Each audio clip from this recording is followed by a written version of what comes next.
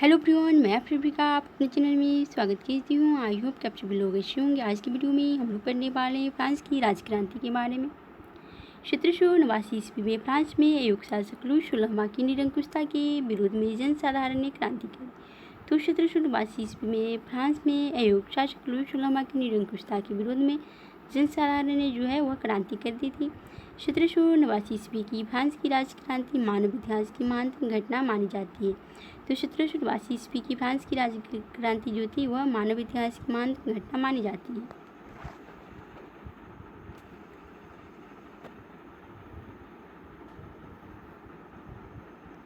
France की राजक्रांति सामंतवाद की जीर्ण सामाजिक व्यवस्था, वर्गीय विशेष अधिकार, निरंकुश शासन और भ्रष्ट नौकरशाही के विरोध में हुई थी। तो फ्रांस की राजक्रांति सामंतवाद की जीर्ण सामाजिक व्यवस्था, वर्गीय विशेषाधिकार, निरंकुश शासन और भ्रष्ट नौकरशाही के विरोध में हुई थी। फ्रांसीसी क्रांति के प्रमुख कारण को हम लोग देखेंगे। तो फ्रांस में निरंकुश राजतंत्र था, व्यक्तिगत स्वतंत्रता का अभाव था, राजप्रसाद का विलासी जीवन, राजा जो था काफ़ी विलासी था और प्रजा के धन का घोर अपव्यय था। भ्रष्ट शासन व्यवस्था थी, स्थानीय स्वशासन का अभाव था, देश में एक से कानूनों का अभाव था, शासकों का दूषित या भ्रष्ट चरित्र था।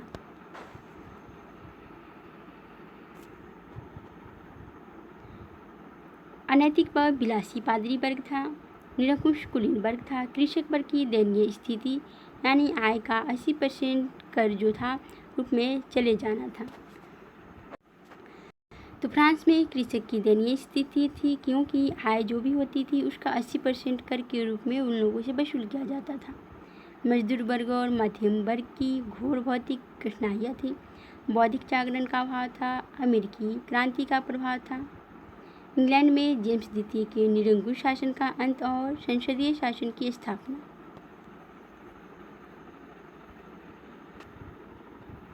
अब हम लोग देखेंगे फ्रांसीसी क्रांति के परिणाम या विशेषताएं को। मध्य युग का अंत हुआ फ्रांसीसी क्रांति के साथ ही, आधुनिक काल की शुरुआत हुई, प्रजातंत्र की स्थापना हुई, राष्ट्रवाद की भावना की उत्पत्ति हुई, जनाधिकार या फिर मनुष्य मात्र की समानता का दावा और अधिकार हो गया, मानव समाज का नवनिर्माण हुआ, व्यक्तिगत स्वतंत्रता हुआ, फिर संपत्ति सुरक्षा का भी अधिकार दिया गया, धार्मिक स्वतंत्रता भी दी गई।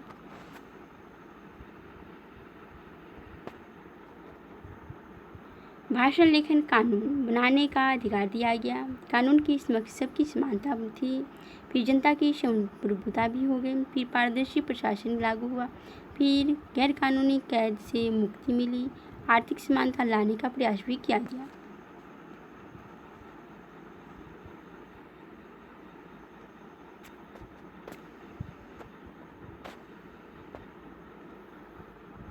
सत्रह सौ नवासी ईस्वी में राजा लुई 16वें की ठाठ बाट, आमोद प्रमोद और विलासी पर लगभग 6 करोड़ रुपए सालाना खर्च होते थे।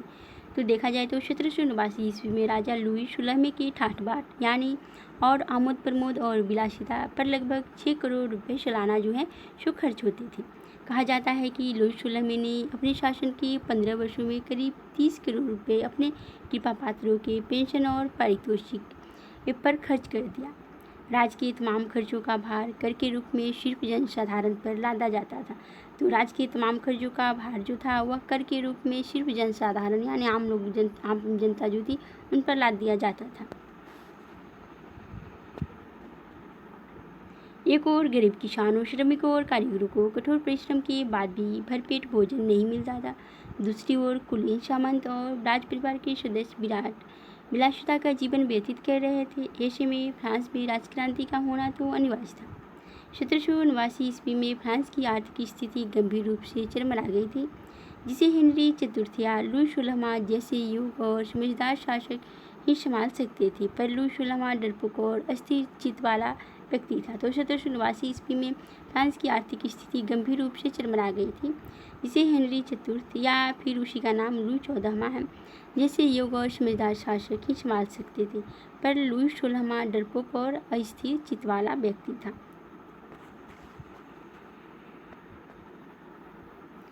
लुई 16वां पर अपनी पत्नी का काफ़ी प्रभाव था। तो लुई 16वां पर उसकी जो पत्नी थी उसका काफ़ी प्रभाव था, जो अत्यंत विलासी शासन के कार्यों में हस्तक्षेप करने वाली और हमेशा षड्यंत्र में लगे रहने वाली महिला थी। वह भी क्रांति के लिए कम जिम्मेदार नहीं मानी जाती है। तो लू सुलमा की पत्नी भी क्रांति के लिए जो है जिम्मेदार मानी जाती है। लू सुलमे की रानी मारी अंतुआनेत ऑस्ट्रिया देश की रानी मेरिया थेरेसा की पुत्री और ऑस्ट्रिया के सम्राट जोसेफ द्वितीय की बहन थी। तो लू सुलमे की रानी मारी अंतुआनेत ऑस्ट्रिया देश की रानी मेरिया थेरेसा की पुत्री और ऑस्ट्रिया के सम्राट जोसेफ द्वितीय की बहन थी। वह अत्यंत सुंदर एवं दृढ़ विचार वाली परंतु विलासी प्रकृति की औरत थी और उसका प्रभाव जो था लू सुलमे पर काफ़ी था।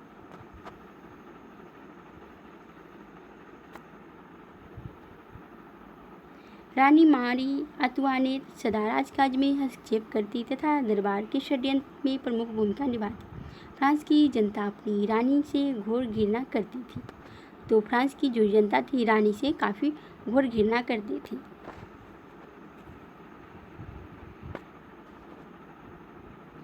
अमेरिका के स्वतंत्रता संग्राम में बदले की भावना से फ्रांस ने इंग्लैंड के खिलाफ भाग लिया। तो अमेरिका के स्वतंत्रता संग्राम में बदले की भावना से फ्रांस ने इंग्लैंड के खिलाफ भाग लिया था। इससे उसकी अर्थव्यवस्था चौपट हो गई थी। इससे क्या हुआ कि फ्रांस की जो अर्थव्यवस्था थी चौपट हो गई थी, क्योंकि अमेरिका के स्वतंत्रता संग्राम में बदले की भावना से जो है फ्रांस ने इंग्लैंड के खिलाफ जो है भाग लिया था अमेरिकी स्वतंत्रता संग्राम में। इससे उसकी अर्थव्यवस्था जो है काफ़ी चौपट हो गई थी।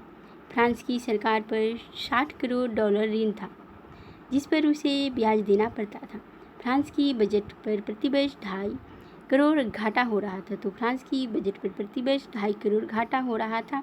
प्रतिवर्ष करों से जो आमदनी होती थी उसका अधिकांश ब्याज चुकाने में ही खर्च हो जाता था। तो प्रतिवर्ष करों से जो आमदनी होती थी उसका अधिकांश ब्याज चुकाने में ही खर्च हो जाता था और सरकार हमेशा दिवालियेपन की स्थिति में रहती थी। किसानों की आय का 80% कर के रूप में चला जाता था, पर कुलीन, सामंत, पादरी वर्ग या राजा, रानी और उनके कर्मचारी कोई भी अपनी विलासिता पर खर्च कम नहीं करना चाहता था।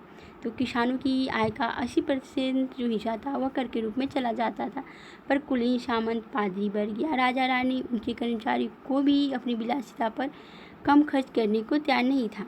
1774 ईस्वी में तुर्जो फ्रांस का अर्थमंत्री नियुक्त हुआ। तो 1774 ईस्वी में तुर्जो जो था वह फ्रांस का अर्थमंत्री नियुक्त हुआ।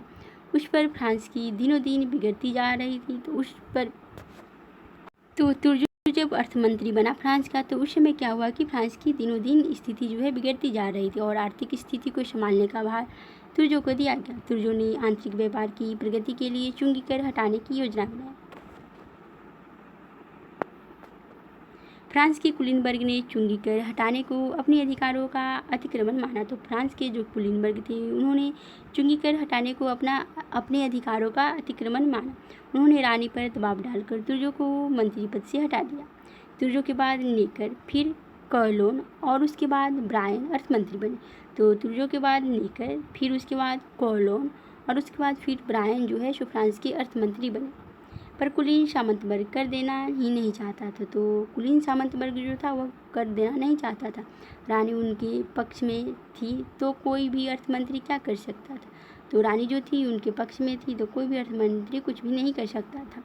और इस तरह से देखा जाए तो फ्रांस की स्थिति दिनों दिन बिगड़ती जा रही थी। यदि कुलीन वर्ग कर प्रस्ताव को स्वीकार करते तो क्रांति टाली जा सकती थी।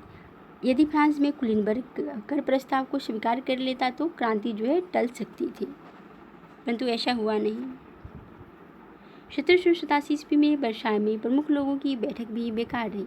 तो 1787 ईस्वी में वर्साय में प्रमुख लोगों की बैठक भी बेकार रही, चूँकि कुलीन वर्ग कर देना ही नहीं चाहता था। कुलीनों का सुझाव था कि पार्लियामा यानी फ्रांस की संसद ही इस प्रकार के कर लगा सकती थी।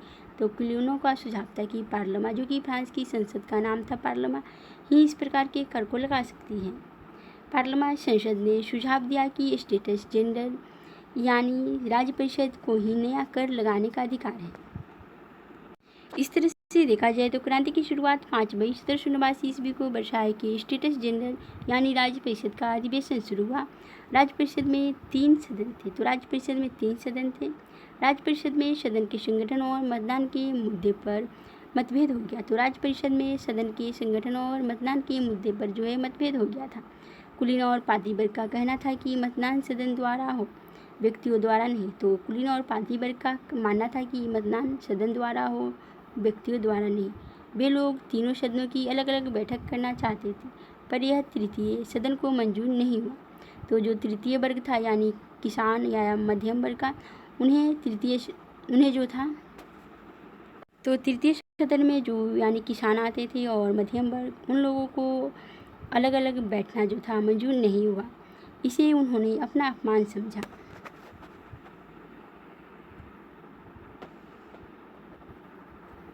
तृतीय वर्ग यानी जनसाधारण के सदस्यों ने कुलीन और पादरी वर्ग के आमंत्रण को ठुकराकर शपथ ली। तो तृतीय वर्ग यानी जनसाधारण के सदस्यों ने कुलीन और पादरी वर्ग के आमंत्रण को ठुकराकर शपथ ली कि वे नया संविधान बनाकर ही अलग होंगे। इसे टेनिस कोर्ट की शपथ भी कहते हैं।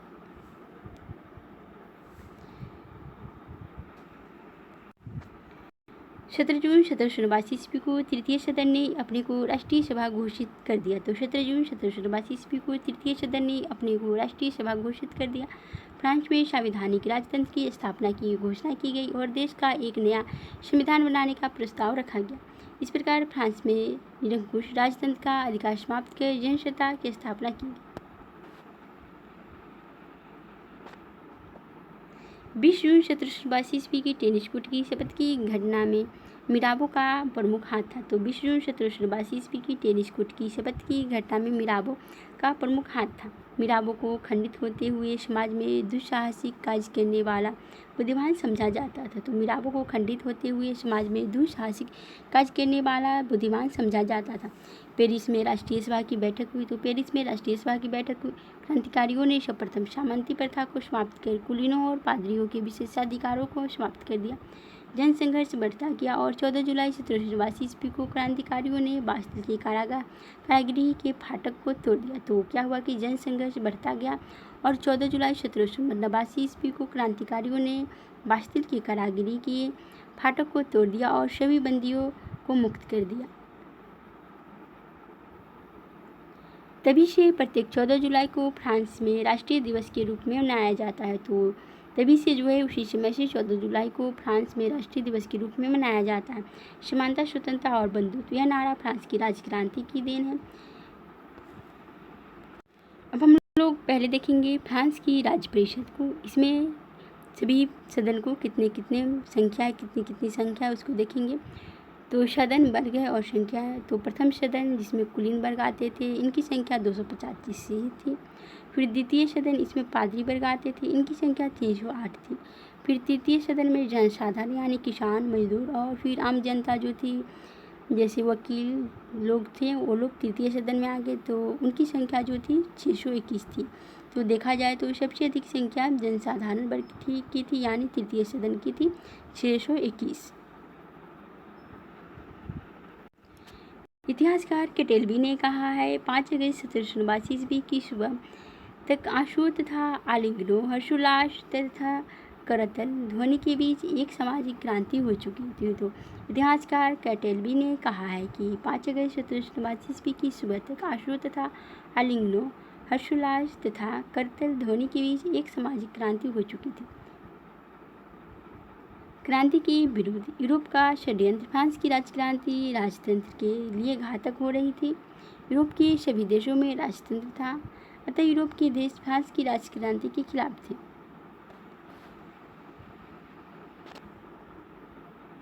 ऑस्ट्रिया का शासक लियोपोल्ड द्वितीय ने क्रांति को दबाने में सक्रिय भूमिका निभाई, क्योंकि फ्रांस में राजा से ज़्यादा रानी का विरोध हो रहा था और फ्रांस की रानी ऑस्ट्रिया के राजा की बहन थी।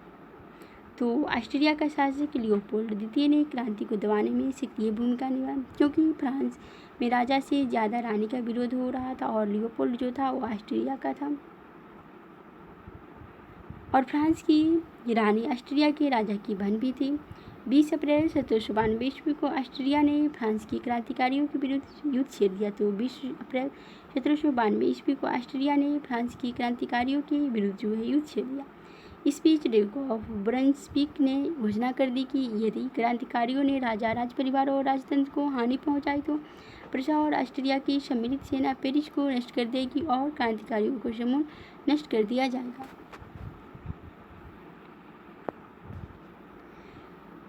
ड्यूक ऑफ ब्रंसविक की घोषणा ने आग में घी भरने का काम किया। 10 अगस्त 1792 ईस्वी को उत्तेजित भीड़ ने राजमहल पर आक्रमण कर दिया और राजा तथा राज परिवार के सभी सदस्यों को बंदी बना लिया गया। फ्रांस की क्रांतिकारी सेना ने राज समर्थकों की सेना को पराजित कर दिया। फ्रांस को गणतंत्र घोषित कर दिया गया। क्रांतिकारियों ने प्रशा और ऑस्ट्रिया की सेना को अपने देश से खदेड़ दिया। तो क्रांतिकारियों ने प्रशा और ऑस्ट्रिया की सेना को अपने देश से खदेड़ दिया। क्रांतिकारियों ने लुई 16वें को देशद्रोही घोषित कर 21 जनवरी 1793 ईस्वी को फांसी के तख्ते पर लटका दिया। तो क्रांतिकारियों ने लुई 16वें को देशद्रोही घोषित कर 21 जनवरी 1793 ईस्वी को फांसी के तख्ते पर लटका दिया। कुछ दिनों बाद रानी को भी प्राणदंड दिया गया।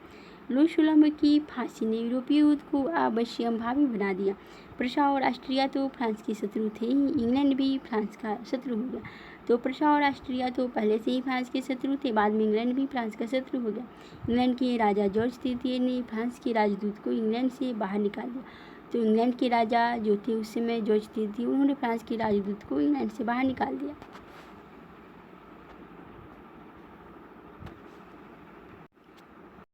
मैं ही राज हूँ और मेरे शब्द ही कानून है, यह कथन लुई 14वां कहा करता था। तो लुई 14वां कहा करता था, मैं ही राज हूँ और मेरे शब्द ही कानून है। वर्साय के शीश महल का निर्माण लुई 14वां ने करवाया था। तो वर्साय के शीश महल का निर्माण लुई 14वां ने करवाया था। लुई 14वां 1774 ईस्वी में फ्रांस की गद्दी पर बैठा था। 1789 ईस्वी में दांते ने मारा और इंस्टोलोइंस के साथ मिलकर 1789 ईस्वी में दांते ने मारा और डेसमोलिन्स के साथ मिलकर क्विडलियर क्लब बनाया था।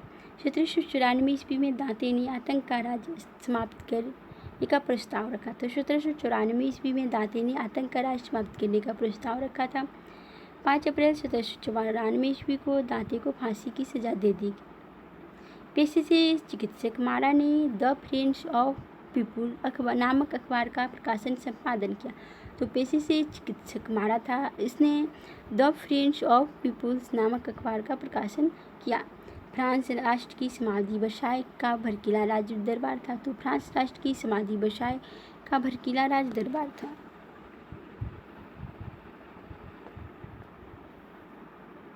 मापतौल की दशमलव प्रणाली फ्रांस की ही देन है। तो मापतौल की दशमलव प्रणाली जो थी वो फ्रांस की ही देन है। हडर को संस्कृत की राष्ट्रीयता का जनक कहा जाता है। टैले फ्रांस में एक प्रकार का भूमिकर था। फ्रांस की क्रांति को बुर्जुआ क्रांति भी कहा जाता है। तो देखा जाए तो फ्रांस की क्रांति को बुर्जुआ क्रांति भी कहा जाता था, यानी मध्यम वर्ग की क्रांति यह मानी जाती है। क्रांति के नेताओं में सिर्फ मिराबों को छोड़ प्रायः सभी बुर्जुआ वर्ग के थे। तो क्रांति में देखा जाए तो सिर्फ मिराबों को छोड़कर सभी मध्यम वर्ग यानी बुर्जुआ वर्ग के थे। फ्रांस में सफल क्रांति होने के बावजूद वहाँ के किसानों व मजदूरों की स्थिति में कोई विशेष सुधार नहीं हुआ।